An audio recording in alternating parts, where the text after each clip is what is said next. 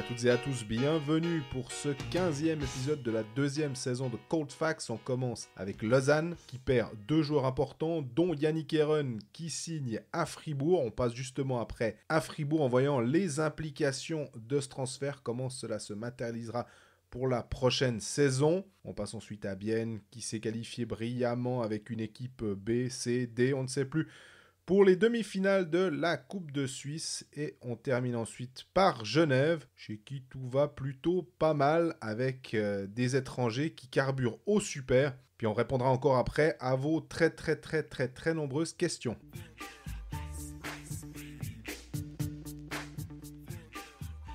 Salut Greg. Salut Jean-Fred, tu t'es remis de ton t-shirt gate des Pécalistes, c'est bon? Ouais, c'est un peu embêtant parce que c'est juste un simple truc et puis là en 2019 on laisse rien passer puis après tu dois encore te justifier. C'est pas évident, mais on va pas épiloguer longuement là-dessus. T'as bien dormi, j'espère. Ouais, pas de problème. On va plutôt parler du Lausanne Hockey Club et de Fribourg d'une manière indirecte d'abord dans cet épisode. Évidemment qu'on reviendra sur les 2 autres clubs romans et on parlera aussi des autres clubs en Suisse, puisque y a quelqu'un qui nous a demandé sur Twitter, dit, on aime bien quand vous parlez des autres clubs aussi en Suisse. Alors, effectivement, il y a plusieurs questions qui permettront d'aborder ces clubs, mais Lausanne, alors, fait l'actualité parce que on a appris par toi, d'ailleurs, quand tu es allé tout simplement à l'entraînement du LHC, que Jeffrey ne serait pas prolongé par Lausanne.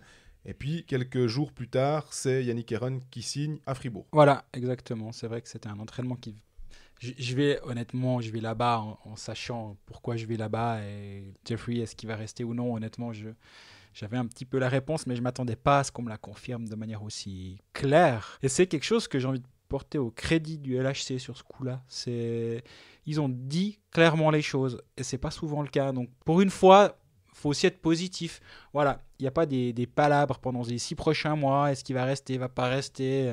Ça fait des banderoles dans les tribunes et qu'on repose la question à Ian Alston tous les 3 jours. Non, là, c'est clair. Jeffrey s'en va. On veut dans une autre direction. Telle est la version officielle du club. Je crois savoir que le joueur, si on lui avait dit est-ce que tu préfères rester ou partir, il serait resté. Mm-hmm. Il a pris acte de la décision parce que c'est vraiment ce qui s'est passé. Il a pris rendez-vous en disant voilà, j'aimerais connaître mon avenir en fait, et le club lui a dit ça remet rien en cause tes qualités, ce qu'on a ces 4 dernières années où tu as été plus qu'utile au club, mais on va dans une autre direction, dont acte. Moi je me dis quand même que là on a un joueur qui vaut 1 point par match historiquement, qui offensivement est ultra doué, qui rend meilleur tout le monde sur son powerplay, qui amène quelque chose quasi à chaque fois qu'il est sur la glace, même si ça se voit pas trop. En même temps, j'ai tendance à faire confiance souvent à l'œil des gens du terrain. Je me vois mal être la personne qui dit quel âne, machin. Moi, journaliste du haut de ma tribune de presse, j'ai tout compris et puis les gens du milieu n'ont rien compris. Par contre, là, je suis effectivement assez surpris de cette décision. Manifestement, Ian Alston attend autre chose d'un de ses joueurs étrangers. Selon lui, il aimerait un autre profil. Est-ce que le départ acté de Yannick Heron est lié justement à cette décision, vu qu'on rappelle que Corey Merton est déjà là sous contrat pour la saison prochaine encore. Les 2 défenseurs étrangers, donc Junland et Lindbohm, ne sont plus là. Il a Alors Lindbohm, autant Junland, on n'avait pas trop de soucis. Tu penses que Lindbohm ne reste pas? Alors allons-y par étapes. Il a une vraie chance de pouvoir brasser les cartes actuellement, Ian Alston. Et Junland ne va pas rester, c'est une évidence. Maintenant, le problème, c'est que Lindbohm, il a ses qualités, il en a beaucoup, mais il a certaines limitations aussi. Offensivement, j'ai pas l'impression que ce soit un blue liner né. On l'a pas vu souvent en powerplay. C'est pas son rôle. Il a d'autres qualités. Mais si tu pars avec un seul défenseur et 3 attaquants étrangers, je pense pas que c'est Lindbohm. Ton défenseur, ton Maxime Noro / Ryan Gunderson / Henrik de Mernes, on va dire, pour donner le calibre de joueur et ce qu'il doit t'amener. Ils amènent pas tous la même chose, les 3 noms précédemment cités. Non, mais Wintersander, Diaz, on est d'accord. Enfin, chaque club a, que ce soit étranger ou suisse. Hein. Et du coup, je pense que c'est la question actuelle. Et Alston s'est peut-être dit, on part avec un défenseur et 3 attaquants. On a déjà Corey Merton. On va être un peu affaibli sur les ailes. Donc, de toute façon, une des places va être prise par un ailier. Au centre, on a quand même une ossature qui peut tenir la route avec un Jerris qui peut jouer au centre, avec Cody Almond qui peut jouer au centre, avec Berchi et Vermin qui peut jouer au centre. On a Froidevaux qui est quand même toujours là. Est-ce que l'idée serait de prendre peut-être un un joueur de centre, mais peut-être qui a d'autres qualités défensives que Jeffrey n'a peut-être plus actuellement, ou est-ce que... J'ai regardé les stats, elles sont assez intéressantes. En toute sa présence à Lausanne, il était sur la glace, 29% des buts encaissés par le Lausanne HC. Cette saison, il est à 35%. Donc, il est plus présent sur la glace en n'étant pas plus sur la glace. Donc, sa ligne prend plus de buts et n'en marque pas plus qu'avant. Donc, elle a un poil moins d'impact. Est-ce que c'est lié aux 10 premiers matchs où il était vraiment moyen? Après, il est devenu vraiment... après, il est devenu Justin Jeffrey, finalement. Voilà. Est-ce que ça va se lisser sur l'année et qu'il va arriver à ces 30% environ, vu qu'il est si régulier? Est-ce qu'il va revenir vers cette régularité-là? Mais en tout cas, elle est couillue, cette décision de Ian Ralston, je trouve. Elle est couillue, c'est juste, mais elle n'est pas complètement absurde. Et effectivement, le côté fan favorite de Dustin Jeffrey fait mal aux supporters lausannois et suscite de l'incompréhension de la part des autres fans. De la même manière que on pourrait voir partir Sprong-Gerbikov à Fribourg. Les gens ils se disent ouais, c'est bizarre, il n'y a pas une histoire aussi longue avec Jeffrey, tu t'as rappelé 4 ans. Mais mine de rien, il a connu toutes les patinoires de Lausanne ces dernières années. Exact. Et visiblement, sur la glace et hors de la glace, il s'est toujours comporté de manière respectueuse. Après, dans le vestiaire, est-ce que... un peu à la manière des fois de Younland, il n'est pas aussi top qu'on peut le penser. J'entends que c'est peut-être pas le meilleur coéquipier possible, ça, à voir. Hein. Est-ce que ça peut aussi expliquer un changement d'optique de la part, soit du coach aussi, hein, qui va alerter son directeur sportif en disant, ouais, là, est-ce qu'on peut peut-être... J'ai jamais entendu ça, honnêtement. Mais je dis pas que ce que tu dis est faux, hein, mais j'ai vraiment jamais entendu la première virgule négative sur l'homme de Dustin Jeffrey. C'est étonnant ce que tu me dis là, ça me surprend vraiment. C'est un tout que... C'est le leadership dans le vestiaire que nous, on estime en se disant qu'en tant qu'étranger, en regardant ses stats et ses points, que oui, il a l'air d'être un leader et que visiblement, c'est peut-être pas sûr. Mais ce qui est intéressant, c'est qu'avant d'avoir la confirmation de l'information, je réfléchissais dans mon coin sur comment j'analyserais la situation, peu importe dans quelle direction on m'enverra finalement au moment où je réfléchis, où je vais poser les questions à Jeffrey et à Alston. Et je pouvais analyser et argumenter des deux côtés. Pour moi, là c'est pas du blanc ou du noir. Et on a une position simple, nous, observateurs, et je mets nos auditeurs et tous ceux qui ne prennent pas la décision, finalement, on a une position simple. Nous, on pourrait juger et puis dire dans 2 ans, t'as vu, Jeffrey, maintenant, il a été remplacé par X et il va très bien et Lausanne a du succès. Et d'ailleurs, il est peut-être pas aussi performant ailleurs. Ou tout à l'inverse, ça reste le meilleur compteur du championnat ailleurs. Mais nous, aujourd'hui, au moment de prendre cette décision, pour moi, c'est pas blanc ou noir. Et Lausanne a pris cette décision. Maintenant, il y a aussi une autre question qu'on peut gentiment se poser. C'est est-ce que c'est un joueur qui n'était pas trop cher pour Lausanne, finalement? Ce qui me fait dire ça, c'est l'enchaînement actuel entre on veut un 5e étranger, c'est une des priorités, comme ça a été dit en fin de saison dernière, on rappelle. On engage Jules Verne qui sert à rien. Max, oui, bon, il sert à rien pendant 1 mois. Il est venu ici prendre un salaire, faut être clair, et une licence étrangère. Il joue 3 matchs, dont un Champions League où il se fait sortir après 2 minutes. Genre emploi fictif, on n'est pas loin. Pas de 5e étranger en vue. Ambry a quand même engagé Scotty Upshall, qui est pas mal, j'ai l'impression. Je veux dire, le marché existe, il y a des joueurs qui sont disponibles. Comparé au marché suisse, effectivement. Exactement. Yannick Eren a été engagé par un autre club, on y reviendra plus tard avec Fribourg, mais pour plus d'argent. Lausanne ne s'est pas aligné sur ce qu'offrait Fribourg, / d'autres, parce que finalement il a choisi Fribourg, mais c'était pas la seule équipe à offrir ce qu'a obtenu Yannick Eren. Et est-ce que finalement, ce rôle de Dustin Jeffrey était juste trop cher pour le Lausanne HC? Je dis pas qu'ils n'ont pas l'argent, mais qu'ils n'étaient pas d'accord de mettre cet argent-là à ce poste-là. C'est possible. C'est très intéressant. On l'a abordé, il me semble, à plusieurs reprises l'année passée. C'est sur la clé de répartition des richesses dans un club. Un peu à la manière de la NHL finalement, parce que c'est le meilleur exemple. Mais là où on connaît tous les salaires, où on connaît le salary cap, c'est beaucoup plus simple.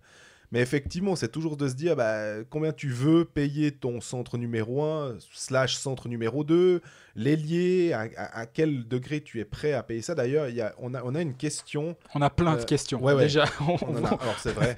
On va le dire tout de suite, on a beaucoup de questions, donc merci beaucoup, soit dit en passant. Et c'est le S qui demande, est-ce qu'il y a une échelle de salaire en Suisse?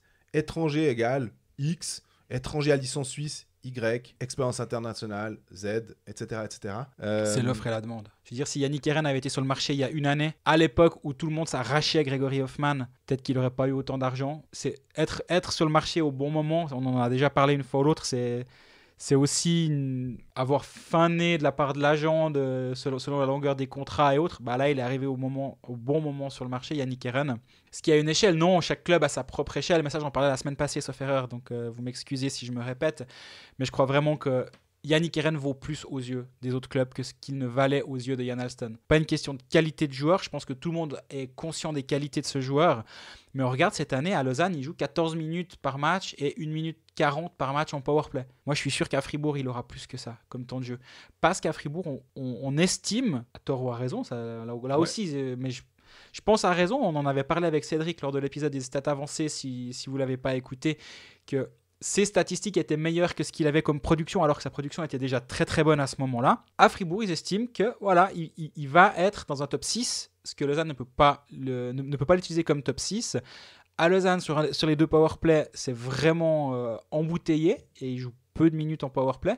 Fribourg se dit, nous, on paye un top 6 qui va jouer 2 minutes 30 par match ou 3 minutes par match en powerplay. On estime un potentiel à 30 points, donc 15 buts. En gros, je pense que c'est ça. Pour nous, un joueur qui vaut 30 points vaut tant. Lausanne se dit, nous, c'est un allié de troisième ligne qui vaut 20 points. 15-20 points. Bah pour nous, un joueur de 15-20 points, ça vaut tant. Puis voilà, les joueurs entre eux, on ne faut pas être naïf, ils se parlent. Tout le monde connaît plus ou moins les salaires de tout le monde. Si Yannick Herren vient à être plus payé que Berchi et Vermin, est-ce que c'est un problème ? Je pense que ce n'est pas une question de l'ego de Vermin et Berchi, mais l'équilibre d'un vestiaire doit être géré, et je pense que c'est une des raisons pour lesquelles Alston s'est dit « je ne peux pas donner ». Le chiffre de 500 000 par année est sorti, je ne l'ai pas. Je cite Stéphane Rochette bêtement, mais allons-y pour 500 000. Est-ce que Yannick Herren vaut 500 000 ? À Fribourg, on dit oui parce qu'il va être notre top 6. Ouais. À Lausanne, on dit il ne vaut pas 500 000 parce qu'il va être top 9. Ouais. Et pour moi, c'est pas plus simple c'est pas plus compliqué que ça. Et qu'on a Vermin et Berchi qui sont internationaux quand même depuis quelques années. Difficile aussi de justifier. Effectivement, comme tu dis, c'est pas forcément une guerre d'ego, mais à un moment, faut être logique. Après, on disait, là, il y a plusieurs personnes maintenant qui rigolent en disant Lausanne a fait la meilleure offre. Maintenant, c'est Fribourg a fait la meilleure offre, mais finalement, j'ai l'impression que on voit que Bienne arrive à engager des très bons joueurs au nez à la barbe, on va dire, de Berne, de Lugano, même de Zug.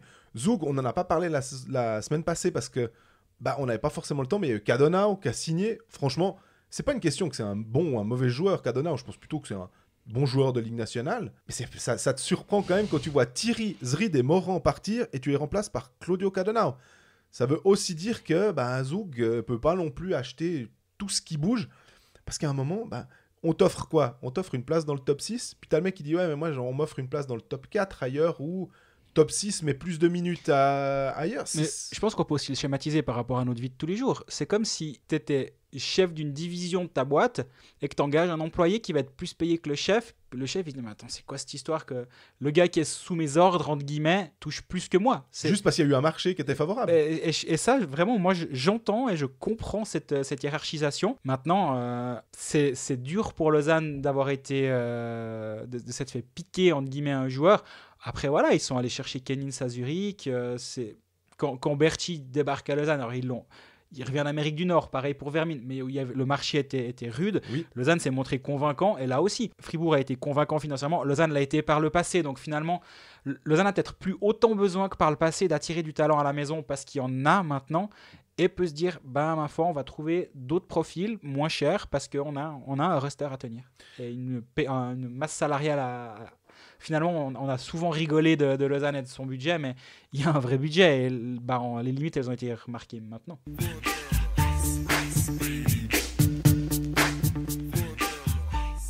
On a aussi des questions, beaucoup à propos de Lausanne, sur la stratégie à adopter. Quel visage le LHC en 2020-2021, notamment au niveau du contingent suisse, c'est Lionel B. Est-ce qu'Alston doit tenter le pari ? Jérémy Vic, est-ce qu'il y a d'autres options ? Alors, je vais peut-être pas citer tout le monde parce qu'il y a plusieurs personnes qui ont posé ces questions sur 2021. Oui. Non, je me permets, avant que tu cites les options, Pour moi, il y a une option en fait. Il n'y a pas des options, il y en aura une. Si tu veux vraiment remplacer qualitativement Yannick Herren, c'est Chris Baltisberger. J'allais dire, c'est en tout cas pas Jérémy Vick, à mon avis, vu l'âge, vu le... C'est Chris Baltisberger et je sais que Lausanne est sur Chris Baltisberger. De toute façon, au bout d'un moment, on commence à les connaître, Lausanne. Les joueurs tu commences à pouvoir voir les joueurs qui sont encore sur le marché à une certaine époque de l'année, qui ne devraient plus y être. Ça veut dire que plus ou moins bientôt, il va être annoncé à Lausanne. On rappelle, Eldner l'année passée, c'était le seul défenseur qui était encore vaguement international, qui était encore sur le marché à un moment où le marché était complètement sec. J'aime bien l'expression relier les points. Là, si tu relis les points, Eldner il venait à Lausanne. Et on l'a sorti pas par hasard. Et maintenant, je sais que les négociations entre Zurich et Baltisberger sont compliquées. Mais compliquées. Non, elles prennent du temps. Je pense qu'on va être plus juste. Chris Baltisberger, c'est un ailier de 4e ligne à Zurich actuellement. Sur les ailes, ils ont Bodenman, Hollenstein, même Pedretti est devant lui. Bruchweiler joue en 3e ligne. Et il joue en 4e ligne avec Sheppy et Diem. Ça va, c'est de la jolie 4e ligne quand même, mais 4e ligne quand même. Du coup, c'est pas leur priorité. Là aussi, c'est une question de salaire que tu donnes par rapport au rôle que le joueur va jouer chez toi. Actuellement, à Zurich, ils se sont dit, Chris Baltisberger, c'est certes un joueur du cru, mais c'est 20 matchs, 8 points, 6 buts cette année, c'est très bien. Hein. Ouais. Mais ça n'a jamais été un ailier de première ou de 2e ligne. Donc, c'est un joueur de powerplay qui peut aussi être devant le gardien. Tout à fait. Et assez utile. Puis mine de rien, Lausanne, je trouve qu'il y a passablement de joueurs. J'ose peut-être le terme soft, c'est peut-être un peu vilain, hein, mais moins de joueurs qui peuvent peut-être potentiellement tenir une place un peu plus physique. Kenin saute aux yeux, mais derrière, c'est vrai que c'est moins le cas. Sans être une espèce de boxeur sur patin qui mesure 1m90 et qui pèse 90 ou 95 kg et qui ne sait pas avancer. Baltisberger est quand même un attaquant un peu plus moderne que ça. Maintenant, la question, c'est sortir un Zurichois de Zurich. C'est plus difficile. À voir ce que Sven Ullenberger veut lui offrir. Mais je sais que c'est une option actuellement à Lausanne. Et de la réponse de Baltisberger va aussi dépendre la stratégie de Jan Alston. Parce que si tu arrives à remplacer Herren par Baltisberger, c'est pas le même profil. Herren est beaucoup plus rapide, à un meilleur sens du but, même s'il est à 6 buts, Baltisberger et Herren 7. Je pense quand même que c'est plus un sniper, en guillemets. Il va pouvoir faire tir sur réception en powerplay. Herren a vraiment ce profil-là, Baltisberger l'a moins. C'est d'autres joueurs. Mais dans ton line-up, tu peux l'imaginer pareil. Et donc, tu pourrais repartir avec 2 centres et 2 défenseurs. Si Baltisberger dit non, tu sais qu'il y a très forte chance qu'un ailier soit engagé, un ailier étranger soit engagé. Parce que comme tu disais, tu as cité les noms. Et honnêtement, à part Baltisberger, Jérémy Vick, il a toutes les limitations qui sont les siennes, à savoir un jeu très très très physique. Il aura 31 ans l'année prochaine. Moi, je ne vois pas ça comme l'égal de Yannick Herren. Non.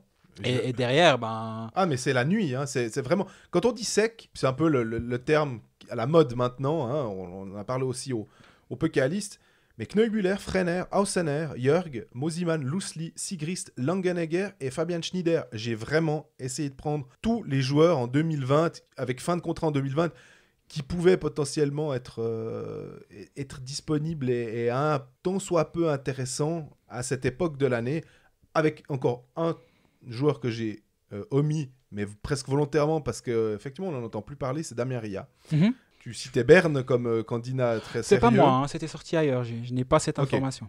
Mais je crois qu'effectivement, on peut relier les deux points. Damien Ria, apparemment, de ce que je sais, il y a déjà un accord quelque part, mais j'arrive malheureusement pas à trouver le nom du club en question. Mais je crois vraiment, vraiment que c'est pas Lausanne. Et sinon... Quand on voit la 4e ligne, un Tim Trabert qui est un joueur somme toute très sympathique, mais aux qualités limitées quand même, surtout en 2019, en 2020, 2021 et tout, c'est pas un joueur très moderne. Alors, je parlais de boxe sur glace, on est plus dans cet état d'esprit avec Tim Trabert.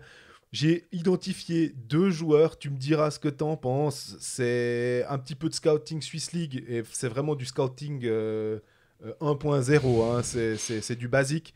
C'est Marc Marchand de Cloton, 24 ans, 21 points, 23 matchs avec Cloton. Il a déjà des saisons en National League avec Cloton. Il avait joué un petit peu à Zoug. Il est de Wuster dans son logo. Donc fribourgeois d'origine. Il a fait partie de la Suisse M18, M19, M20. Pourquoi pas. Et puis Jordan Bougro, 21 ans. 11 points en 12 matchs avec Zoug Academy. C'est beaucoup plus sérieux, si tu veux mon avis, Jordan Bougro, que Marc Marchand. Bougro, il a un vrai potentiel de National League. Marc Marchand, honnêtement, Mais tu vois, je dis 4e ligne. Hein. Puis après, tes premières lignes en Swiss League, ou en tout cas, vu que tu marques presque 1 point par match, c'est que tu joues plutôt... t'es sur une ligne offensive. Est-ce que tu es d'accord pour jouer en National League, de descendre de ton temps de jeu descendre de ligne, avoir un rôle plus défensif? Est-ce que tu vas être bon dans ce rôle-là? Enfin, c'est pas aussi simple de faire du scouting puis de dire, bah, tiens, machin, il est bon, ben, il a qu'à aller. Enfin, Michael Ugly, l'exemple Michael Ugly avec Bienne, ils ont su le mettre en valeur, ils ont fait un petit peu du... Comment dire, ils l'ont mis pour voir ce qu'il valait, et puis après, ils le montent progressivement. Bah voilà, tout bonus, bravo, bien joué. Est-ce que tu peux faire ça chaque année? J'ai l'impression que non. Hein. Est-ce qu'un Jordan Bougro en 4e ligne, c'est pas du gâchis? Même en National League. C'est un junior qui a été formé par le Lausanne Hockey Club, donc effectivement, le lien avec le club est assez évident. Maintenant, c'est un joueur qui a du talent offensivement, qui a des mains. Le lien, il est évident. Je ne connais pas le cas de Jordan Bougro, honnêtement, mais on aurait pu dire la même chose pour Simon Lecoultre l'année passée. Le lien est évident. C'est un ancien junior du club. Ben non, justement, s'il est parti à un moment de sa carrière ailleurs, c'est peut-être aussi que le lien a été rompu. Oui, là aussi, complètement. Simon Lecoultre, je ne connais pas l'histoire, mais dans les faits, c'est un ancien junior du club qui a signé pour le club rival en revenant en Suisse et non à Lausanne. Est-ce que Jordan Bougro, ça s'est pas bien passé? Vraiment, j'ai pas je me dis juste, c'est pas aussi simple peut-être que justement, il y a un historique avec le club, donc. Et il y a plusieurs joueurs. Guillaume Maillard aussi était un junior du club. Enfin, si vous prenez l'effectif des novices élites en 2013-2014, vous regardez un petit peu les joueurs qui sont passés par le Lausanne Hockey Club et qui sont maintenant soit en National League, soit en Swiss League. Ben, il n'y en a pas beaucoup qui sont à Lausanne. Si on reprend les questions autour de Lausanne, les incertitudes autour de Stickness et Tom Mayo, est-ce que finalement le salaire va un petit peu baisser? Que ces 14 millions que Stickness doit et qui ont été avancés par le président et ses amis, est-ce que ça a un impact finalement sur le fonctionnement du club? Je sais pas. Je te renvoie la question. Mais non, comme on disait tout à l'heure, il y a quand même une succession de faits qui nous font nous dire c'est peut-être pas aussi large qu'on a voulu le croire à une époque, ou c'est peut-être les retards dans les travaux font que les rentrées d'argent estimées sur les spectacles, elles sont repoussées d'une année. Donc oui, je pense que Lausanne ne roule pas sur l'or actuellement et doit faire avec un budget, mais ça, comme toujours, peut-être qu'il est juste un poil plus serré qu'à une époque. Ouais. Yannick Jacques qui demandait 2 éléments en moins donc avec Jeffrey et Aaron. Bruit de couloir, Chris Baltisberger, est-ce qu'il y a un autre nom que... Non, j'entends rien, mais c'est dur. Lire Lausanne, c'est vraiment pas évident. Donc non, je me verrais pas lancer des noms en l'air comme ça. Baltisberger, je sais que la piste est juste. Le reste, j'ai pas d'autres noms à lancer. Je suis vraiment désolé. Pensez-vous qu'Alston sait ce qu'il fait? Oui. Voilà. Alain Marinda, au lieu de s'inquiéter, est-ce qu'on va pas faire confiance finalement à Alston? Si on prend l'historique des transferts, tu as cité Vermin, Berchi, on peut aussi mettre Joris Moy, enfin Tobias Stefan, c'est plutôt relativement correct. Hein. Lucas Frick. Ça, quand il va le chercher, honnêtement, je trouve que c'est assez bien vu. Il a eu fané parce qu'il n'était pas international. Mais c'était payé assez cher, mais voilà, pas international. Ça va être intéressant de le re-signer d'ailleurs, Lucas Frick. Hein. Je suis d'accord avec toi. Et tu vois, c'est peut-être là aussi justement le pari que fait Fribourg en prenant Aaron en disant chez nous, il vaut ça, était le rôle. Lausanne l'avait fait aussi à cette époque-là en allant chercher Frick plus cher que la valeur marchande qui était la sienne à ce moment-là, en se disant on voit un potentiel chez ce joueur. Parfait, ça a bien fonctionné. Un Zurichois qui vient en Suisse romande d'ailleurs, pour le théorème, comme quoi c'est compliqué de les faire sortir. Il reste encore Chris Pillet. Quelle stratégie pour Alston en 2020-2021? Ça dépendra des étrangers. Quoi. Est-ce que tu pars avec tes 2 défenseurs étrangers? Est-ce que tu arrives à trouver un défenseur? Est-ce que Eujdemark, on rappelle, moi j'aime bien ce joueur depuis pareil. La saison passée à Zug, avant qu'il signe à Lausanne, c'était pour moi une des pièces à aller chercher en Ligue B pour jouer en Liga. Malheureusement, il ne joue pas autant que ce que je souhaiterais. Et en même temps, quand il a joué, il n'a pas été fantastique. Donc, c'est malheureux, mais voilà. Est-ce qu'à l'interne, ils voient un développement et ils disent, lui, il pourra avoir une place dans le top 6, donc on peut enlever un des 2 étrangers. C'est pas nominatif, c'est le poste. Hein. Ouais. Et engager un Temernes, disons, un Temernes bis. Yannick Weber. Là aussi, c'est lancé un nom en l'air. Je sais pas. Je sais vraiment pas. C'est lancé un nom en l'air parce qu'il est potentiellement fin de contrat. Enfin, tu vois, voilà. Mais dans le sens, on peut pas dire il y a une piste qui mène là-bas. Je sais pas quels sont ses plans. Yannick Weber, on rappelle, c'est quand même un crusher qui est resté en Amérique du Nord toutes ces années. Chaque fois qu'on pensait qu'il rentrait, il retrouvait un contrat. Est-ce que sa valeur est est suffisamment établi là-bas pour re-signer une année. Parce que là, il est en fait. Pourquoi je dis ça? C'est parce qu'il est souvent, comme ils disent, healthy scratch. Donc, il fait partie du contingent. Il n'est pas redescendu en AHL. Il reste toujours. C'est un peu une police d'assurance au cas où il y aurait un souci avec un des défenseurs. Mais ils ont l'air d'être assez satisfaits du line-up en ce moment. Et Yannick Weber n'a plus sa place. Après, comme tu dis, il a toujours croché. Donc, si ça se trouve, première blessure, il revient, il joue bien. Et on peut effacer cette discussion, même se poser la question, on peut abandonner. Donc, Mais après, effectivement, si tu signes un défenseur étranger plus Yannick Weber, tu n'as pas besoin de ce profil, on va dire, de défenseur défensif qu'est Petteri Lindbom. Weber l'est devenu, en fait, défenseur ultra défensif, alors qu'on se rappelle, son début de carrière, c'était plutôt un blue liner en power play qui pouvait même dépanner à l'aile à Montréal, si on se souvient bien. Ça a vraiment changé.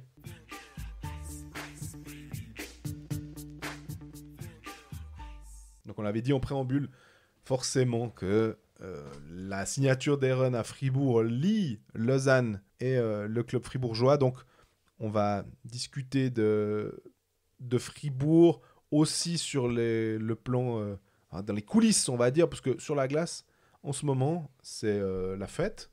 Ouais. Hein, franchement. Il y a eu la fête de tir à Rapperswil, mais à part ce soir-là, c'est la fête, comme tu dis, ouais. À Fribourg, c'est du vol, faut être clair. D'être allé ramener à Genève, ouais. D'être allé ramener 2 points de Genève, c'est vraiment, vraiment du vol. Par contre, le lendemain contre Berne, une équipe de Berne qui va pas bien, certes, mais c'était autrement plus solide. Exactement. Non, mais c'est franchement, et puis avec un très bon Ralf Stalder. Depuis un moment, il est vraiment très solide, Stalder. Et on en parlait quand on faisait les joueurs qui étaient encore sur le marché au niveau des défenseurs. Mm-hmm. À Fribourg, on avait Jérémy Camerzin, Aurélien Marty, Ralf Stalder, Marc Planalp. Exact. Ils vont pas garder tout le monde. On avait dit qu'on... toi, tu disais que Marty, tu l'aimais bien. Marty et Stalder, pour moi. Je conserve les deux. Camerzin aussi. Mais après, comme tu dis, tu peux pas garder tout le monde. Ça dépend aussi de David Ebicher. Je crois pas que c'est aussi fait que ce qu'on veut bien croire. Donc, si Ebicher ne vient pas, là, tu as peut-être une place de plus. Camerzin, j'aime bien, il est solide et il est meilleur depuis que Marc French est parti. C'est un joueur qui est meilleur quand l'équipe joue vers l'avant. Ça a bonifié Benjamin Chavaya aussi. Bref, ça a bonifié tous les défenseurs. Donc ouais, tu commences presque à avoir l'embarras du choix finalement pour l'année prochaine. Si le problème Schneeberger est résolu, ça va aussi aider pour faire une place. On rappelle qu'il était prêté à Rapperswil. Voilà, échange avec Jordan Geller. Ouais. Y a des gens qui nous posent la question de savoir ce qu'on pense de cet échange entre... Donc Schneeberger et Geller, c'est dû. Qui est gagnant au niveau club et joueur? Alors je pense que le salaire est conservé par... Oui, il n'y a aucun échange d'argent apparemment de ce que je crois savoir dans ce deal. Donc la masse salariale n'évolue pas. En tout cas, on ne peut pas dire que Schneeberger est pris en charge par Rapperswil. Non. Très bien. Mais on ne peut pas dire non plus que l'année prochaine, il va partir il va rester à Rapperswil. Non, l'année prochaine, il revient à Fribourg aujourd'hui. En l'état, il revient à Fribourg l'année prochaine. L'espoir de Fribourg, c'est de se dire à Rapperswil, il va montrer que c'est encore un joueur de hockey. Il va pouvoir jouer un peu plus. Et si ça se trouve, montrer qu'il est capable d'avoir un contrat l'année prochaine, que ça vaut la peine de prendre son contrat, je m'embrouille. Why not? Je pense qu'à ce moment-là, de toute façon, entre l'avoir dans les tribunes ou obtenir Geller qui a marqué 5 points. 8e défenseur avec Fribourg, parce que c'était son rôle. Jordan Geller, c'est de la chair à canon. C'est un joueur qui fait le chemin inverse sur l'autoroute. Pourquoi pas? Il n'y a rien à perdre finalement. Non. Alors absolument, il n'y a rien à perdre. J'ai l'impression qu'il y a tout à gagner pour les deux clubs. En fait, c'est vraiment win-win. Je pense parce que Geller, il faut croire qu'ils n'avaient pas besoin de ce profil-là aussi avec l'émergence de Dominique Egli. Oui. Qui a pris une place énorme à Rapperswil. D'ailleurs, 2021, Dominique Egli, je regardais ça en me disant, est-ce que lui va profiter ou son agent va profiter pour déjà maintenant faire monter les enchères? Pourquoi aussi je pense à lui comme profil? Parce qu'il est à Rapperswil. Et puis du coup, si tu peux obtenir une place dans un club plus huppé... mais il aura. C'est même pas une question. Sauf si Rapperswil tombe sur un gisement de pétrole d'ici là, il va partir de Rapperswil en 2021. Ouais. C'est une évidence. Mais l'émergence de Dominique Egli fait que le rôle assez offensif de Jordan Geller, on rappelle, c'est quand même un joueur qui valait sa vingtaine de points en Ligue B quand Rapperswil était en Ligue B. Première saison l'année passée, il fait 10 points en 48 matchs, c'est pas si mal. Ah ouais. Mais il avait peut-être moins de place et il commençait à trouver le temps long à Rapperswil. Est-ce que ce sera mieux à Fribourg, je ne suis pas sûr, mais c'est de toute façon pas pire que Schneeberger qui ne joue de toute façon pas et qui était malheureux. Donc finalement, là aussi, c'est une question de donner une chance à un joueur de prouver sa valeur ailleurs. Si tu as estimé que toi, tu n'en as plus besoin, ben, c'est parfait, quoi. D'ailleurs, Rapperswil, je sais pas s'il y a un petit côté recyclage, je veux pas dire poubelle parce que c'est vraiment très très dépréciatif, mais on a l'impression que quand un joueur, on sait plus trop quoi en faire, bon, on l'envoie à Rapperswil. Alors, quand on voit la poubelle de Dominique Egli, ça va, c'est des déchets de luxe, disons. Sandro Forer a trouvé un rôle là-bas, c'est chouette. Juraj Šimek a trouvé un rôle, il joue en première ligne avec Červenka depuis 3 matchs. Bah oui, je pense que c'est la réalité d'un club comme Rapperswil il y a l'OTAC aussi que tu as... qui devrait aller là-bas. C'est la réalité d'un club comme Rapperswil. Tu peux pas rivaliser sur des dossiers de joueurs établis de Liga, donc c'est des paris à prendre. On parlait avant la saison du pari Roman Červenka.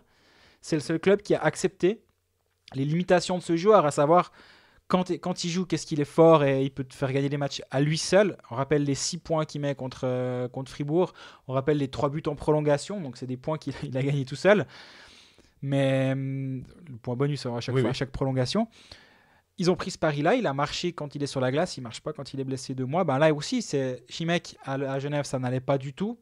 Il essaie de relancer. Bah ouais, c'est la réalité d'un club comme Rapperswil.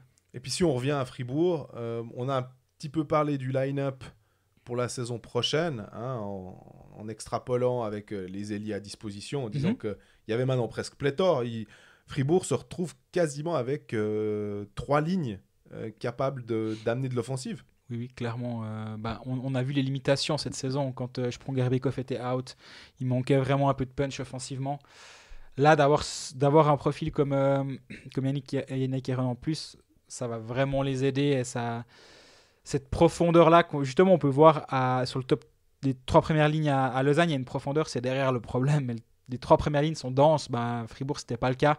Tu te retrouves vite à devoir monter des joueurs qui sont peut-être surévalués pour jouer en deuxième ligne, disons.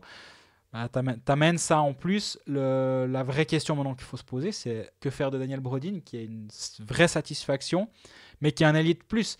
Est-ce qu'il vaut mieux pas prendre un centre étranger? Justin Jeffrey, à la limite, ça fait un moment que les auditeurs de ce podcast sont au courant que si j'étais GM quelque part, j'irais prendre Eren et Jeffrey. Alors après, c'est toujours des grandes théories, hein, mais là, maintenant... si un GM veut prendre les deux, il n'y en a plus qu'un qui peut le faire. Hein. C'est Christian Dubé. Alston a vu quelque chose chez Jeffrey qui ne lui a pas plu. Est-ce que c'est le rapport qualité-prix? Est-ce que c'est dans son jeu? Est-ce qu'il y a quelque chose à voir? Est-ce que Christian Dubé va voir la même chose et donc ne pas le prendre? Moi, je pense que si tu as Eren et Jeffrey, tu as une jolie deuxième ligne. Parce que c'est ça le truc. C'est qu'à Lausanne, il est centre de première ligne. Jeffrey, à Fribourg, tu as Dernay, qui est ton centre de première ligne en théorie. Donc ça vient ton centre de deuxième ligne qui va être matché contre non pas contre la première ligne adverse, mais contre une 2 ou une 3e suivant comment se passent les alignements. Ouais. Et là, ça peut faire mal. Donc je pense qu'il y a une vraie profondeur. Tu te retrouves avec Bikoff en centre de 3e ligne, et c'est ce qu'on disait depuis le début de saison. Bikoff en centre de 2e ligne, c'est parfois un peu léger, surtout qu'il manque des matchs. Et quand il va bien, c'est un vrai centre de 2e ligne, ce qui est le cas actuellement. Mais si ta 3e ligne devient Sprong-Herbekov, là tu commences offensivement à ressembler à une équipe du top 6, disons. Ouais, puis alors au niveau de l'argent investi aussi, ça devient une 3e ligne qui est jolie, hein, oui, financièrement. Financièrement, clairement, tu vois que les propos du président durant l'été de mettre une masse salariale plus haute de 1 million, selon ce qui avait été dit dans les mains de Christian Dubé pour la saison prochaine, c'était pas que des paroles en l'air, manifestement. Apparemment, j'avais lu dans La Liberté que Raphaël Berger disait les recettes sont 10 à 20% supplémentaires cette saison par rapport à ce qu'ils avaient estimé. Je pense là aussi, ça permet peut-être un peu à tout le monde de se détendre en disant ok, on va dans la bonne direction financièrement, donc on peut être un tout petit peu plus large sur certaines offres à gauche à droite. Le million supplémentaire promis par Hubert Weber, j'imagine qu'il a été mis dans les mains du directeur sportif. Oui, là, il y a une question de John Nicolet qui disait est-ce que la blague maintenant, c'est Fribourg a fait la meilleure offre? Voilà. C'est pas le seul d'ailleurs, hein. On a plusieurs personnes qui ont tout de suite relevé ça. Alors en tout cas, sur le cas Yannick Eren, Fribourg a clairement fait la meilleure offre. C'était devenu le running joke sur Lausanne. Je pense que Fribourg maintenant, ça fait quoi 4 saisons que la masse salariale était chaque fois moindre que l'année d'avant. Ça, on s'en est peut-être pas forcément rendu compte, mais chaque année, il a fallu bricoler, prendre moins d'attaquants cette saison, par exemple, que l'année d'avant, pour pouvoir densifier les 4 premières lignes. Ça s'est remarqué quand Sprong-Verekhoff était blessé, notamment. Ça s'est vu à ce moment-là. La masse salariale va à nouveau augmenter, c'est clair. À quelle hauteur, jusqu'à quelle hauteur, je ne sais pas, mais on a vu l'effet nouvelle patinoire à Bienne, ce que ça a eu comme conséquence. Là, Fribourg, ils vont gentiment commencer à en profiter, je pense. Ouais, puis l'effet nouvelle patinoire, on a aussi des gens qui ont pris, c'est drôle, hein, le crowdfunding, qui nous ont pris quelque chose, puis quand on leur demandait comment on pouvait leur remettre, puis je suis sur liste d'attente à la BCF Arena, ce qui veut quand même dire que finalement, pour une place assise, il y a de la demande. Les loges, il me semble aussi qu'elles sont, elles partent comme des petits pains, il me semble. Donc finalement, c'est de l'argent, tu sais que tu l'auras. Ouais. Et c'est pas, tu spécules pas, tu te dis pas, ouais, normalement on devrait avoir ça. C'est quand même beaucoup plus simple pour faire un budget. Alors complètement. Je pense que là ils sont en train de. Ça fait quelques années que Raphaël Berger se plaignait d'avoir une énorme liste d'attente en place assise et de pas réussir à vendre les places debout, que les places payantes n'étaient pas complètes à cause des places debout qui restaient à disposition. Là, je crois que tous les gens qui étaient en liste d'attente, ou une bonne partie des gens vont avoir leur place, forcément, ça ramène beaucoup d'argent dans les caisses. Fribourg va de nouveau être un candidat crédible au top 6. Encore une fois, c'est tellement dense le haut du classement que je pense pas qu'il faille commencer à s'emballer outre mesure, mais financièrement, le cas Yannick Eren, ça prouve vraiment une chose, c'est que Fribourg est de retour, quoi.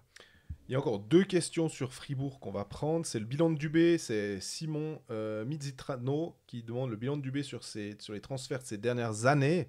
Donc pas seulement sur l'année en cours, mais sur peut-être les 4 dernières années. Et puis l'autre question, c'était Richard Ruffieux. Alors, en spéculant que Jeffrey signe à Fribourg, mais à la rigueur, à part Jeffrey, on peut mettre un autre centre étranger. Parce qu'on se dit aussi qu'Arcobello est en partie à Berne. Berne pourrait se dire que Jeffrey, ça peut être une bonne solution de remplacement. Mais admettons, un étranger, centre étranger à Fribourg, est-ce que du coup, Schmutz et Brodin out? On a parlé de Brodin, qui est lié. Flavio Schmutz, c'est plus intéressant. On l'a pas mentionné. Est-ce que ça pourrait le pousser vers la sortie? Parce que je me dis aussi, ce qui est dommage, c'est Sandro Schmid. On aimerait bien le voir jouer un petit peu plus. Je pense qu'il va jouer plus. Mais il fait un vrai bon début de saison à son niveau, tranquillement. Mais je pense avec l'arrivée d'Eren, l'année prochaine et tout, il y a que 12 places finalement en attaque. Et si tu veux le faire monter un petit peu dans l'alignement, pas le laisser en 4e ligne pour faire du boulot défensif, mais que tu estimes qu'il peut faire mieux, voilà quoi.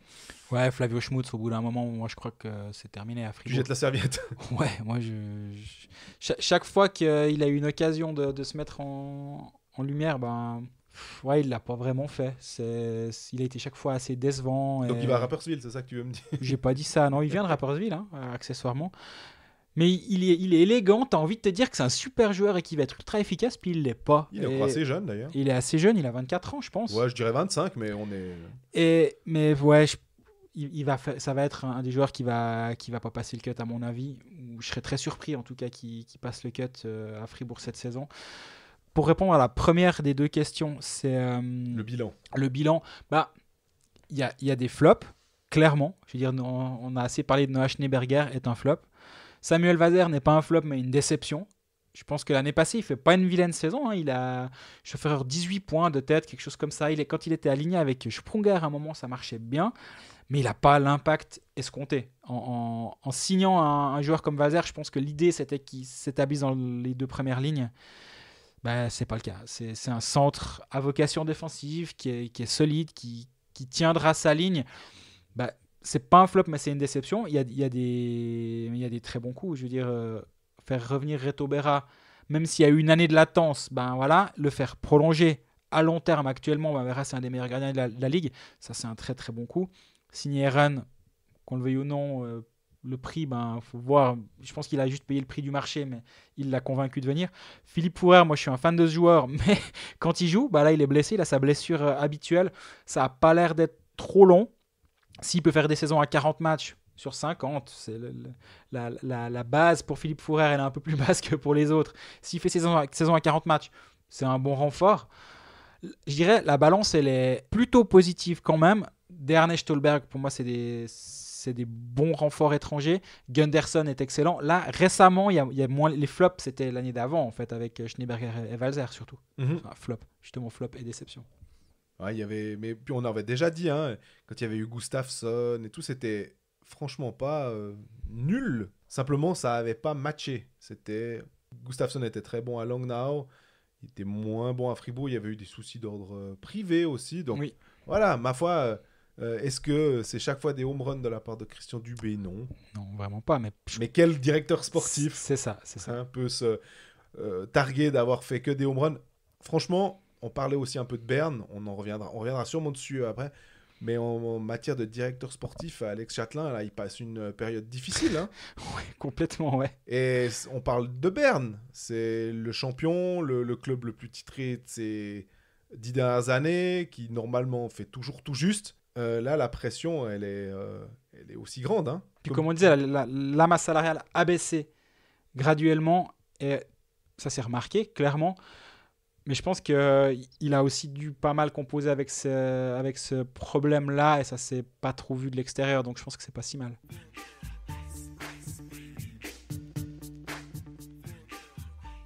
Bienne, troisième club roman sous la loupe, 1,71 points par match, une victoire en Coupe de Suisse contre Langnau, 4-3, avec l'équipe, j'ai envie de dire B, mais je me demande s'il faut pas que j'aille plus loin dans l'alphabet.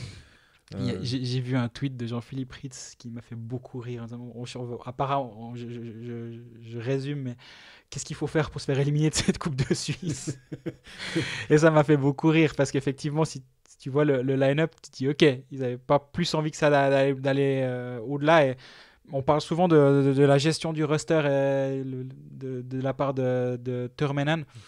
On en a à nouveau un exemple, je trouve. Parce qu'il avait laissé Künzle notamment, et puis j'ai Radgeb était annoncé blessé aussi. Il joue avec Carafa, Wüst, Schlepfer, Holdener, Kessler, Neuenschwander en deuxième ligne. Kohler en première ligne. Ouais. Kohler, j'aime bien. Hein. Je me répète, désolé d'être un perroquet, mais je pense vraiment qu'il a une place à jouer plus haut que ce qu'il a joué depuis le début de saison à Bienne. Je suis convaincu de ça. Et puis on a Kunti, alors on parlait de la liste des blessés qui est longue comme un jour sans pain, mais ils doivent encore ajouter Luca Kunti, en espérant que Damien Brunner, alors par contre, va pouvoir revenir dès la saison prochaine. Tu dis la semaine prochaine plutôt, tu dis la saison prochaine. Semaine prochaine, pardon. Bienne arrive même à se qualifier pour les demi-finales de la Coupe. C'est fou, hein. Tout en étant encore en lice en Champions, tout en étant encore deuxième du championnat. C'est assez impressionnant de voir le rythme de cette équipe et le fait qu'on a l'impression qu'ils font rien de faux, quoi. La semaine passée, je parlais de bricolage. C'est de nouveau une victoire qui est bricolée, cette victoire contre Langnau, mais c'est pas au sens négatif. C'est une victoire Hornbach, en fait.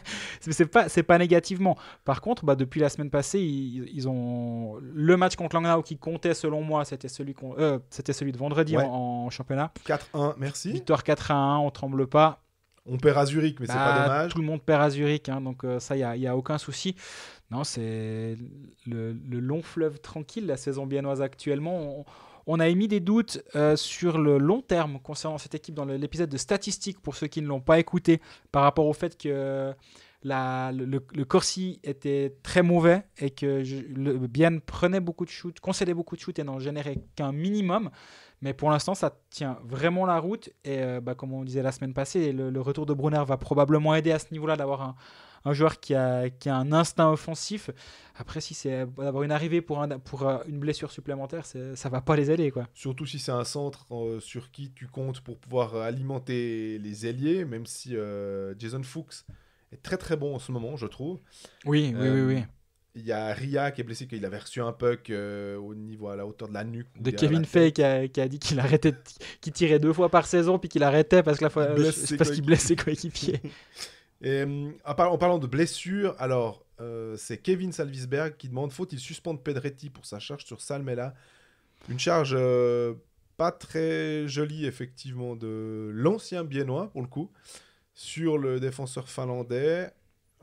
Moi, j'aurais tendance à dire, au vu des images, très proche de la bande, il a toujours le numéro de Salmela en face, donc il se tourne peut-être un tout petit peu à la fin, mais assez moyen pour le coup, Pedretti sur cette charge-là. Mais Pas d'enquête ouverte, manifestement. Bah, On n'a manifestement. pas été alerté par le PSO. Contrairement à l'enquête sur Julien Vauclair pour sa faute, sur Dominique Zwerger dans le derby tessinois, où là, il y a eu deux fautes un peu spéciales. C'est Jean-Luc Magnana qui nous demande avis sur la charge à la tête de Vauclair sur Zwerger et le 5 plus match à Upshaw. Alors, le 5 plus match, je pense que on était tous, quand on voit les images, à se dire, mais il n'y a même pas 2 minutes. Ouais, il me Et il y a semble 5 aussi. plus match. Bon, ok, c'est une charge assez solide, mais c'est du hockey sur glace. Et puis 2 plus 10 à l'encontre de Julien Vauclair. Il y a Scoud qui est... Mais Zwerger est en train de En fait, tomber. c'est ça. Pour moi, il y a un problème dans cette scène. C'est que si tu regardes l'image depuis l'angle de la patinoire, la deuxième image qui nous est donnée, effectivement, Zwerger est en train de tomber, mais il y a le coup de... Il sort une aile, on va dire, Julien Vauclair à ce moment-là. Après, faut être clair, c'est une fraction de seconde. cette vitesse, ça va ultra vite. Et le gars est en train de tomber. C'est dur de parler d'intentionnalité pour cette action. Ça m'embête. S'il n'y a pas ce coude, je me dis, c'est un accident. L'autre, il tombe. Ma foi, il se ramasse un train dans la tête. Il y a ça. Ça pourrait justement faire que le juge unique lui mette une sanction un poil plus lourde que ce qui aurait été le cas sans ça. Sans ça, à mon avis, tu le blanchis presque en disant accident. Là, je pense qu'il y aura, ça pourrait être retenu contre lui. J'espère quand même qu'ils vont se rendre compte que tu prends le palmarès, on va dire, du joueur, et quand tu as bientôt 1000 matchs... à 40 ans, ouais. Ton passé doit aussi être mis à ton actif. Donc, ouais, je dis, c'est pas un attentat. Pour moi, c'est pas du tout un attentat. Tout va trop vite à ce moment-là. Et par chance, Zwerger a pu rejouer. Et Zwerger a pu jouer, heureusement, parce qu'il peut vraiment être étendu à un moment. Hein. Et puis, tu parlais du PSO, c'est Plouf qui pose cette question. Pensez-vous que les joueurs sont protégés par le PSO et le juge unique ? Moi, je suis pas persuadé sur certains cas. Hein. Je vois exactement où il veut en venir. Il y a des fois, tu dis, mais ça, c'est... l'exemple, pour moi, le plus frappant... Marty, hein, d'ailleurs. Rudd, on lui envoie une canne à travers la tronche. Kevin Clark, quand il met son triplé, oui. Il y a 5-2, il reste 1 minute à jouer, moins d'1 minute à jouer, cage vide, il va aller pour marquer le but. Qu'est-ce qui vient lui mettre un coup de creuse dans le visage ? Et là, il a pris quoi ? Un match de suspension, Kevin Clark, ouais. Pour un coup de creuse dans la tête. Et tu peux même pas dire qu'il y a des circonstances atténuantes. Moi, là où j'en vois vraiment pour Julien Vauclair, là, je n'en vois pas. Exactement. Et en l'occurrence, pour moi, Noah Rudd n'est pas protégé par le PSO à ce moment-là lorsque tu mets qu'un match de suspension à Kevin Clark. Donc, sur certains cas, je suis d'accord. Ils ne sont pas suffisamment protégés, les joueurs. Et ça devrait... mais j'ai l'impression que c'est une théorie qu'on tient toutes les années à peu près, où il y a des cas, et on l'a dit plusieurs fois, il ne faut pas essayer de comparer. Oui, mais en 2004, il me semble qu'un cas plus ou moins... Non. Là, on prend les cas de cette saison. Ouais. Il y a vraiment eu Marty sur Barhoffner. Elle était dégueulasse. Rien vu. Marty, une deuxième fois, je ne sais plus quel était le joueur, la victime. Rien. Là, ce coup-là, il a qu'un match. Ouais, je trouve vraiment que c'est souvent un peu léger.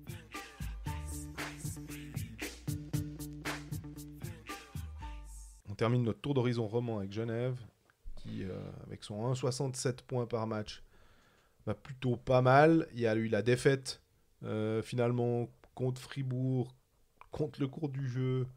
On l'a dit avant, quand on parlait de ce match. J'ai failli appeler la police ce soir-là. Hein. Il y a hold-up.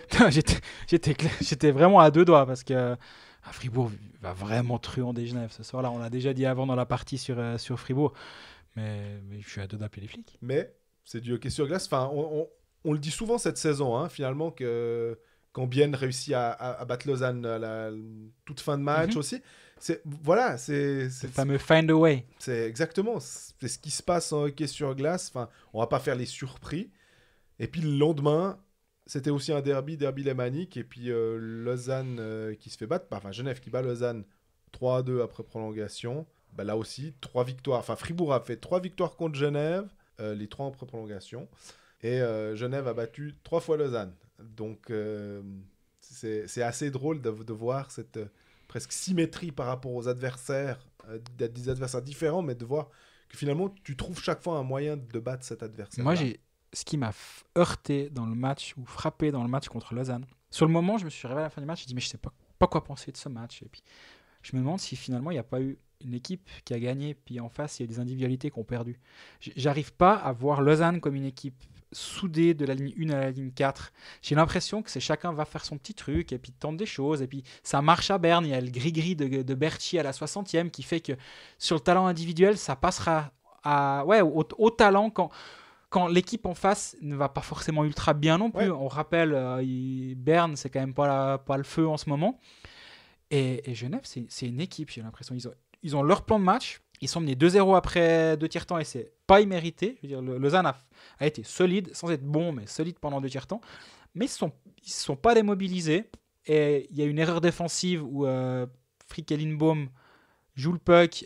Boson, il met il place Fer tout seul devant Stéphane. 2-1, ça a complètement changé le match sur finalement une action un petit peu, comment dire, un puck à 50-50 dans la bande que Genève gagne. Genève a gagné du troisième tiers. Donc, Genève a gagné beaucoup de duels. Et ouais, c'est une équipe, vraiment. Et ça m'a fait tilt lundi, je crois, où, en y repensant, tu dis, mais en fait, c'est une équipe qui a gagné contre une somme d'individualité. Et c'est finalement ce qu'on peut retenir de cette équipe genevoise. Maintenant, il y a un bémol, c'est la dépendance à ces 2 premières lignes. Ouais, c'est clair. Et pour l'instant, ça marche. Mais actuellement, c'est flagrant. Si les lignes 1 et 2 sont muselées, derrière, il n'y a personne pour prendre leur lait de la production offensive. Je me demande d'ailleurs, ils ont eu Temernes absent et Lecoultre s'était levé pour prendre cette place-là, en tout cas en powerplay, pas forcément cette place-là sur la glace, mais ça avait tenu, c'était en début de saison. Voilà. Maintenant, est-ce que si un Wingles, si un Fer vient à manquer, et tout le rapport par rapport aux jeunes aussi, à ce côté, c'est vraiment ce leadership, ce lien, presque des entraîneurs supplémentaires sur la glace, des coachs qui vont pousser même si les jeunes marquent pas de but, ils en encaissent aussi un petit peu moins, ils sont présents, ils tentent quand même des choses. Voilà, ça va être chaud de pouvoir se passer de ces joueurs-là, si tant est qu'il y a un souci. La question qu'on nous pose à propos de Genève, c'est est-ce qu'ils peuvent monter en puissance si les jeunes font plus offensivement et que les étrangers carburent au même rythme? Alors, complètement. Ouais, complètement. Mais tu te rappelles, avant la saison, on disait ça va être important que les leaders tiennent, mais que justement il y a des joueurs qui soient capables de step up par rapport à l'année passée. On avait notamment mentionné Noah Rod. Ouais, j'allais dire, tu avais mentionné. On avait parlé de Florent Douai, qui lui reste une déception, et pas par rapport à son jeu, mais par rapport à sa production. Et moi, j'aimerais bien le voir plus mis en valeur, Florent Douai. Et il joue en 4e ligne, et je trouve qu'il y a pas un gâchis. Oui, on pourrait presque dire le mot gâchis, parce que c'est un joueur moderne, il est physique, il apporte vraiment il prend de la place.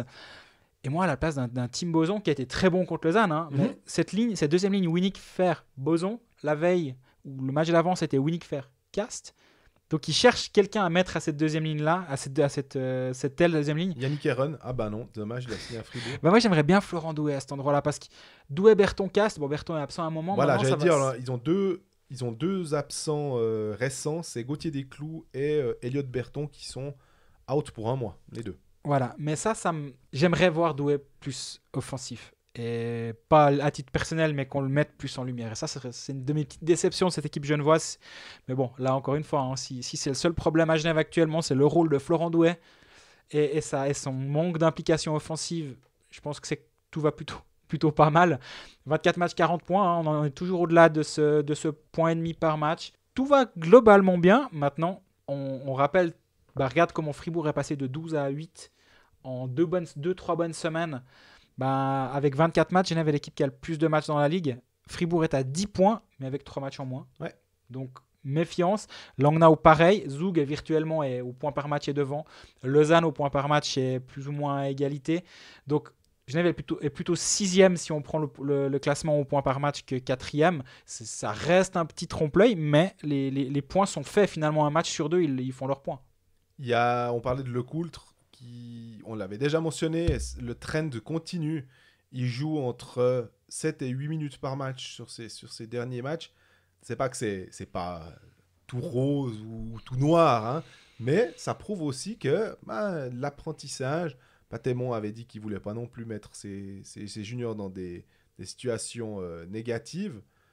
ou en tout cas les mettre face à des situations qui sont difficiles à contrôler à leur âge, ça suit son cours. Je suis d'accord avec toi. Alors, il y a eu une statistique qui a été manifestement fausse sur le site de la Ligue, on me l'a mentionné depuis. J'avais tweeté que Temernas avait joué 32 minutes dans le match contre Fribourg vendredi soir. On me dit alors que les statistiques étaient erronées et c'est plutôt dans les 25-26 minutes et non 32. Ce qui semble effectivement plus proche de la réalité. De la réalité. Ça reste beaucoup, mais justement, c'est 3-4-5 minutes en plus par rapport à son temps de jeu habituel. Bah, il les grignote sûrement un peu à le coultre en ce moment. Et comme on disait, Aymon a toujours dit qu'il allait récompenser le jeu par des minutes en plus et baisser les joueurs dans l'alignement, ce qu'il a fait avec Smirnov, qui est centre de troisième ligne. Ça doit être une des conséquences justement de cette décision de Aymon, ou plutôt de ne pas surexposer certains joueurs par le coach. Ça se passe bien du côté de Genève actuellement, malgré cette défaite, malgré le hold-up fribourgeois, ça se passe vraiment bien. Est-ce qu'au niveau des transferts, il y avait ce cas Jérémy Vick, on mentionnait Aaron parce que Genève s'était clairement renseigné sur son cas.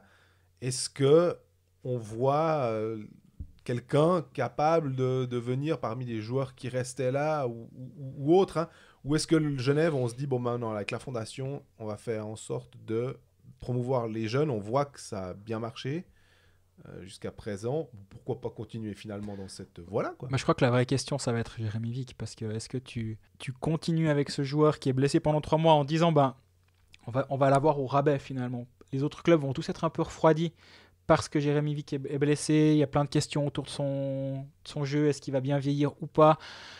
Là, il pourrait avoir une chance d'avoir pas un bailo, parce qu'on a expliqué, ça n'existe pas vraiment, mais de signer un joueur en dessous de sa valeur, ça peut être une piste. Moi, on me dit beaucoup de bien de Sandy Simons, que dès l'année prochaine, lui, il est prêt à grimper dans la première équipe. Il y a Peter Kaska aussi, Exactement. Qui sera considéré comme suisse, donc ils vont vouloir clairement... Il marche bien en junior elite, je ne sais pas si on peut dire que c'est un homme au milieu des enfants, mais en tout cas, c'est quelqu'un qui carbure à plus d'un point par match en junior elite. Donc le développement interne marche bien, et ils vont continuer dans cette direction. Ouais, puis ils n'en ont pas 500 000, mais Arnaud Ria, il y a Patry, mais je me dis entre Ria, ne serait-ce que Ria et Kashka, ça fait déjà 2 attaquants, Smons un défenseur, tu alimente par petites touches. T'as Guébé qui est venu faire quelques matchs avec la première équipe. Si la progression de tous les joueurs de la première équipe actuelle, à savoir justement les Miranda, Smirnovs, Maillard, Lecoultre, se poursuit la saison prochaine et ils font tous un pas, ils sont prêts à prendre un peu plus de responsabilités, ça libère justement des places pour d'autres joueurs derrière pour arriver dans la première équipe. La pyramide de formation genevoise, elle est parfaitement en place. Donc c'est louable. On le disait avant la saison, on aimait bien ce qui se passait là. Il ne fallait pas avoir des attentes trop élevées. Et je pense qu'il faut continuer de garder les attentes où elles sont, à savoir visons les playoffs. Mais la pyramide fonctionne et moi j'aime bien ce qui se passe. Effectivement, si tu peux signer Yannick Eren, si tu as les reins suffisamment solides pour le signer en disant il va quand même apporter quelque chose et ça permettrait de ne pas re-signer Jérémy Vick, c'est quand même un step en qualité qu'il aurait été bon de faire. Ma foi, ils n'ont pas réussi à le signer. C'est pas la fin du monde, disons. Mais la blessure de Gauthier Desclous, là, elle met en lumière Robert Mayer. Mm-hmm. Est-ce que ça a un impact sur son futur contrat? Parce qu'on sait qu'il est en renégociation, je pense, avec Genève. Ça fait un moment, ouais. Là, c'est la plus longue négociation de l'histoire du hockey sur glace, je pense. Mitch Marner à côté, c'est un gamin. Mais ouais, ça traîne. En même temps... Desclous est fragile, donc tu sais que tu peux pas avoir, tu vas pas l'avoir à 50 matchs comme Tobias Stephan, disons, même s'il joue pas ça à Lausanne, mais historiquement c'est un gardien qui a une vraie longévité, c'est pas le cas de Gauthier Desclous. Donc il faut peut-être un bis à Genève aussi, si tu estimes que Desclous peut être ton 1, on va dire, ou un bis. Mayer veut pas mal d'argent apparemment, et sur le fond, pourquoi pas, hein, il fait le job, vraiment. Mais c'est une des questions. C'est aussi une des questions à Genève actuellement. Pope, Boltzhauser, non? à la place? Ouais, en disant, voilà, t'as ton Desclous, et puis tu... Boltzhauser, pourquoi pas Boltzhauser? Ou tu échanges Turkirchen contre Mayer. Là alors, c'est comme dirait notre ami Yves, c'est de la sculpture sur nuage. Mais est-ce que Mayer ne pourrait pas prendre le rôle de 1A ou de 1 à Lugano? Turkirchen, c'est plutôt un gardien qui joue bien en binôme à quelque part. Tu dis, on échange les deux. Encore une fois, c'est pas une information, c'est une réflexion comme ça en parlant. Ça pour être une piste intéressante et tu libères un peu de masse salariale. Lugano, l'argent, ça leur fait pas peur actuellement. Ils sont en telle panique actuellement là-bas que s'il faut payer un joueur, il n'y a pas de problème. Je pourrais voir ça. Je pourrais vraiment voir ça.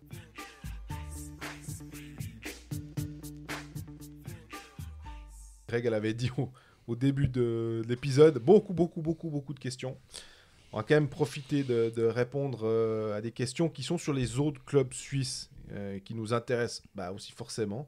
Notamment celle de Fabien Luisier, dossier des gardiens à Berne. Est-ce qu'ils cherchent activement? Et moi, je me permets de rajouter 2 noms. Schneider est d'accord, puisque effectivement, je crois que c'est dans le Blick. Oui, c'est le Blick. Qui a sorti que c'est un peu... On est plus surpris, pas tellement que Blick sorte ça, mais qu'il le sorte que maintenant.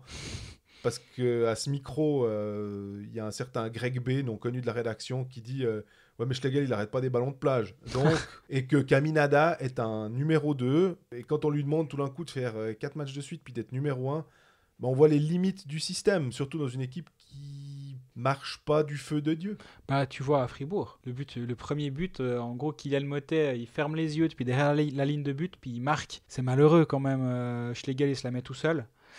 Et puis le spinorama de Berchi, entre les jambes de Kaminada. Alors Berchi avait dit qu'il voulait la mettre en hauteur. Finalement, elle est partie. Mais tu vois, tu peux avoir le meilleur entraîneur du monde qui fait tous les X and O's du monde, comme on dit, et qui peut être le plus meilleur tacticien. Mais en gros, si tu as le deuxième shoot adverse qui finit au fond alors qu'il est pris depuis derrière la ligne, c'est compliqué. Hein. Le Blick a sorti 2 noms. Corey Schneider, on en a parlé la semaine passée, c'est un nom qui va revenir, je pense, tout l'hiver. Mm-hmm. L'autre, Joey D'accord, pour ceux qui se rappellent et ceux qui sont peut-être plus anciens, son père, Brian D'accord, avait joué en Suisse, à Fribourg et Bienne, si je ne fais erreur. T'étais déjà né, moi aussi. Petit peu de respect pour les anciens. Non, il a joué à Ambry et Fribourg. Ambry, j'allais te dire. Pas Bienne, Ambry et Fribourg, mes excuses. Mais j'étais à peine né. C'est pas une excuse, mais c'est une explication. Son fils a une moyenne de 3,02 buts encaissés par match et 89% d'arrêt en ECHL. Donc, si la solution troisième niveau, hein, voilà, si la solution à tes problèmes est Brian D'accord, Joey D'accord, Brian ça pourrait aussi, mais là c'est que t'as vraiment d'autres problèmes. Non, moi je vois pas. Honnêtement, je vois pas. Corey Schneider, par contre, effectivement, c'est tellement la panique, j'imagine, à Berne actuellement qu'ils auront 2 options. Soit tu vires le coach que tu viendrais signer, soit tu trouves un gardien étranger ou suisse sur le marché. Ouais, Suisse, c'est intéressant, mais en même temps, tu peux peut-être trouver mieux en ayant un gardien étranger. Parce que quand il signe Stepanek, à l'époque, on n'était pas là à se dire super signature, hein, Stepanek, alors c'est le gardien et tout. Puis finalement, c'est super bien fait le job. Et puis ils vont au titre avec Stepanek. Mais Schneider a l'avantage d'être établi, disons, d'avoir une vraie carrière et d'être avec une licence suisse. Maintenant, il faut toujours aussi se poser la question pourquoi il est envoyé en ballottage par les Devils et qu'il est envoyé en AHL. Est-ce qu'il est encore capable de performer? On rappelle que Berra aussi avait été envoyé en ballottage par Anaheim. Ouais. Et on voit qu'en Suisse, c'est un des meilleurs gardiens de la ligue. Donc le potentiel est là. Et c'est pas parce que tu n'es pas assez bon pour jouer en NHL que tu n'es pas assez bon pour être dominant en Ligue nationale.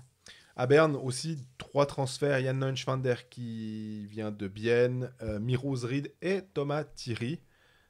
Thierry Ezrid enfin, parce que ça fait un moment qu'on en parlait. Ouais. Berne a annoncé qu'il se séparait de Justin Kruger du coup en fin de saison. Et puis Chiaroni qui a prolongé, mais ça, voilà. Moi, ça c'est un truc. Hein, là ça pue le panic move. Il faut annoncer quelque chose. On s'est fait battre sur plein de dossiers actuellement. On enchaîne les défaites. On re-signe au moins Grégory Chiaroni. On a au moins re-signé Anderson. Alors ça. Qu'ils ont dû payer quand même très cher. Mais Grégory Chiaroni, c'est 23 matchs, 2 assists. Et je crois savoir qu'il a signé à plus de 300 000 à l'année. Ouais. Je crois que la source est bonne. Plus de 300 000 pour Grégory Chiaroni. Enfin, moi, je tombe de ma chaise. Une fois, on devrait faire un truc, c'est les pires contrats de National League. On ne pourra pas le faire, mais ce serait tellement drôle de voir. Mais comme il y a cette omerta que, ma foi, on fait avec dans le championnat de Suisse, sur les salaires. Mais des fois, effectivement, quand tu nous sors un truc comme ça, tu te dis 300 000, Grégory Chiaroni, 2 assists. Ouais. Par contre, Jan Neuschwander, c'est un contrat, c'est une signature qui est intéressante, je trouve. Il est vraiment venu sans faire de bruit à Bienne. Il s'est établi comme un centre très très fiable défensivement. De 4e ligne. Mais l'année passée, il fait quand même 14 points. Donc il peut aspirer à jouer à une meilleure position, être même un centre de 3e ligne sans trop de soucis. Bienne le signe alors qu'il n'était pas très content. Berne le signe alors qu'il n'était pas très content en ce moment à Bienne. Il joue un peu sur les ailes. Ça, j'aime bien cette signature. Je suis pas toujours convaincu de ce que fait Alex Châtelain, mais celle-là, je l'aime beaucoup. Xmas Thunderkiss qui nous demande si Davos c'est un feu de paille ou un candidat au titre. J'ai envie de dire ni l'un ni l'autre finalement. Feu de paille, non. Jusqu'à preuve du contraire. Candidat au titre, c'est peut-être un petit peu exagéré. Enfin, en saison régulière, tout va bien. Voilà. Laissons passer la Spengler. Voyons comment les gardiens réagissent. Voyons comment le club va pouvoir répondre à l'accumulation de ces matchs, parce qu'ils en ont toujours 3 ou 4 de retard par rapport au gros du peloton. Mais franchement, je pense que si on doit faire notre mea culpa, c'est pas pour dire qu'on n'imaginait pas Davos être capable d'être au-dessus de la barre, parce que je crois que moi je les mets 8 dans mes 8 parce que on parlait des groupes régionaux et comme on voyait certains autres, Ambry et Rapperswil en dessous, on se disait finalement Davos va jouer contre Ambry et Rapperswil et va faire des points. Voilà, moi je les mets en dessus avant la saison, ça 8. Après, là pour l'instant c'est l'équipe la plus performante au point par match. Ils sont virtuellement leaders. Non, ça on pouvait pas penser ça de cette équipe-là. Mais offensivement, elle est vraiment intéressante cette équipe. Benjamin Baumgartner, il a explosé cette saison alors qu'il a que 19 ans. Du coup, c'est ton 3e centre. Devant, tu as Corvier et Lindgren, je crois que ça va. Palucha et Tedenby, ça marche très très bien. Offensivement, il y a du jeu, il y a du mouvement, c'est moderne. Moi, j'aime vraiment bien voir cette équipe. Derrière, il faut remplacer ton défenseur numéro 1, Nygren. Tu prends Rantakari qui met un but tous les 2 matchs quand ça va pas bien. Rafaener, il fait assez juste. Et pourtant, Dieu sait si j'avais des doutes, et je pense que j'étais pas le seul, mais Dieu sait si j'avais des doutes. Ça se passe très très bien là-haut. Les gardiens Schliemann Van Pottelberg vont bien. Pour l'instant, il n'y a aucun nuage. Comme tu dis, je pense qu'ils sont en reconstruction, parce qu'on rappelle l'année passée, la saison qui a été vécue, donc c'est un processus de reconstruction. Peut-être qu'ils vont un peu plus vite, ça reconstruit plus vite que ce qu'ils imaginaient, mais laissons-leur encore un peu de temps, à mon avis, avant de les labelliser candidats au titre. C'est drôle d'ailleurs le parallèle qu'on pourrait presque tirer avec Genève, de dire Smirnov en centre de 3, Baumgartner en centre de 3, des étrangers qui marchent bien. On a l'impression que c'est assez parallèle entre les... Ouais, c'est intéressant, je suis d'accord avec toi. Pour parler de Lugano aussi, c'est Stefano Bottinelli. Dans le potentiel rebuild de Lugano, donc la refondation, reconstruction, Leffel pourrait-il être échangé? Parce qu'il dit que saison difficile puis gros salaire. Je sais pas, ça me surprend quand j'entends ça. Leffel a signé l'année passée jusqu'en 2022 avec Lugano. Ouais, 4 ans. Ouais, ça m'étonne un peu, honnêtement. Mais effectivement, ça se passe pas très bien Lugano, mais l'année passée, il fait une saison à plus de 30 points. Là, il est déjà à 10 points en 23 matchs. Ouais, il est pas mauvais. Je pense que si Lugano va mal, c'est pas parce que Romain Leffel, disons, il y a d'autres problèmes. J'ai absolument... Alors, Dieu sait si j'ai rien contre Julien Vauclair. Bien au contraire, je le respecte énormément. Mais le fait qu'ils doivent encore compter sur lui aujourd'hui, c'est un vrai problème.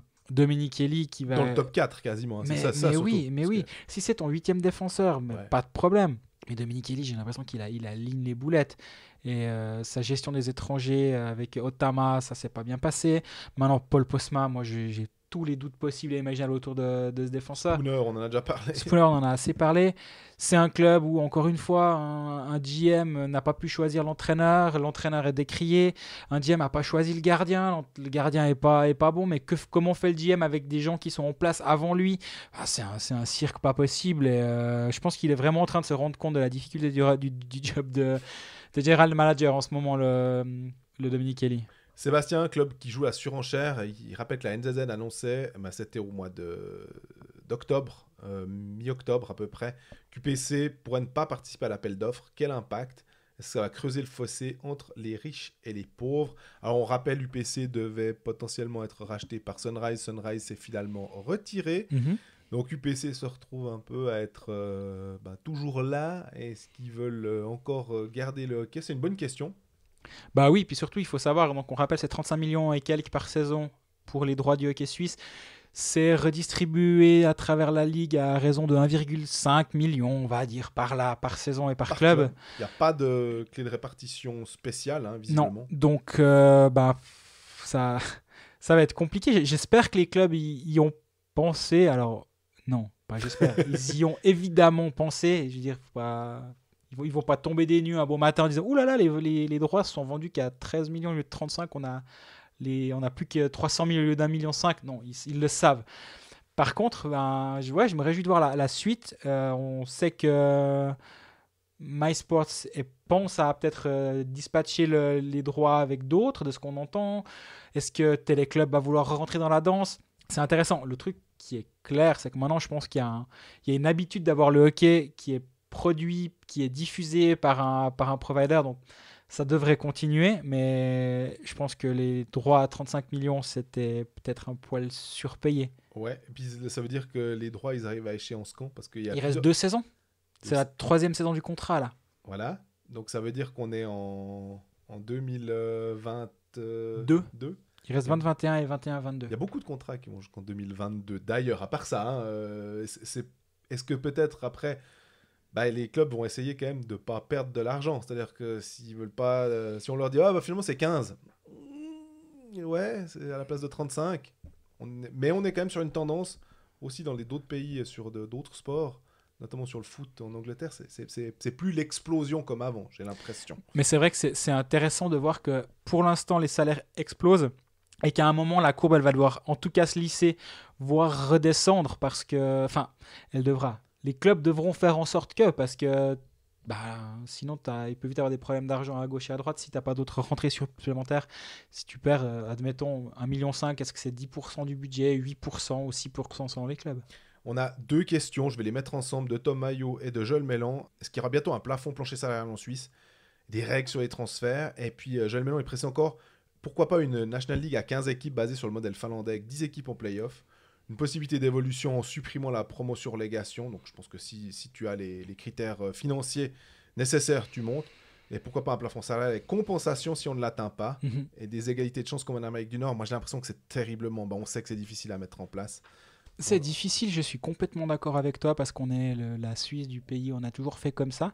Mais avant que ce soit en place en Amérique du Nord, c'était pas en place. Dans le sens, ils avaient toujours fait autrement avant que... il y a une instauration d'un plancher salarial et d'un plafond salarial et avec toutes les règles qui se sont ramenées sur les 30 dernières années là autour. Donc oui, c'est dur à mettre en place, mais en fait, la limitation à 4 étrangers par club, c'est complètement illégal. Mais pourtant, ils sont tous d'accord. Et il n'y a pas de problème. Là, alors, ils acceptent.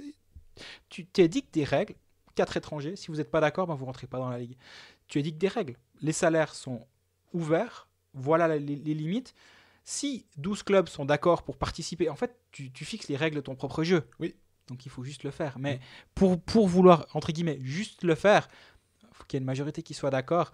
Pour que cette majorité soit d'accord, il faut que les clubs riches soient d'accord et puissants soient d'accord.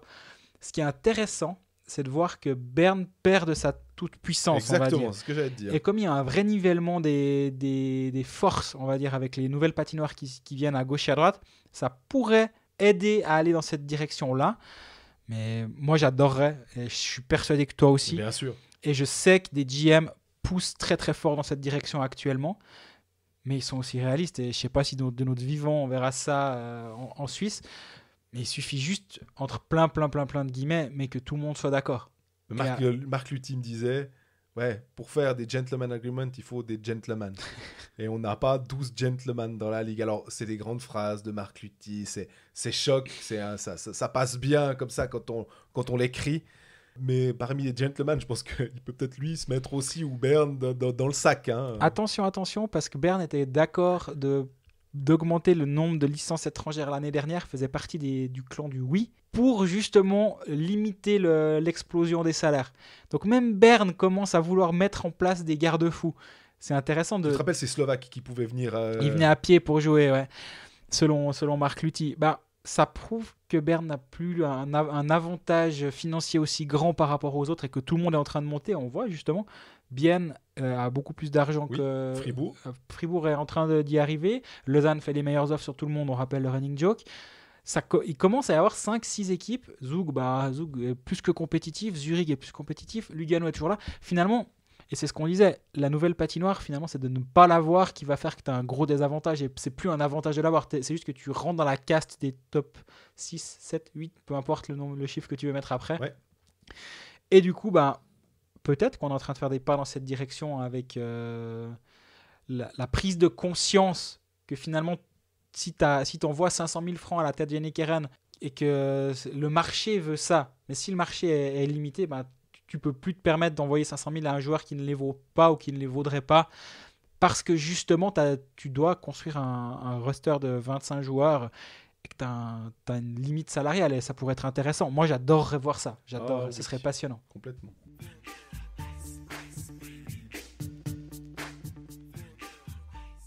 Ben voilà, on est arrivé à la fin de ce 16e épisode de la saison de 15. 15. Oh là là, on va vite en avant. Là, de ce 15e épisode de Colfax. Merci pour toutes vos questions. Ça nous donne vraiment du grain à moudre, disons. Nous, on se retrouve d'ici la semaine prochaine avec le championnat qui reprendra ses droits vendredi soir. En attendant, n'hésitez pas à interagir avec nous, à continuer. On est toujours très très heureux de discuter avec vous, que ce soit en vrai pour ceux qu'on croise sur les patinoires ou que ce soit sur les réseaux sociaux. On est présent Facebook, Twitter, Instagram pour nous écouter, SoundCloud, Spotify, etc. iTunes, Apple Podcasts, etc. Et d'ici là, n'oubliez pas vos équipes OK Manager tous les soirs. À bientôt.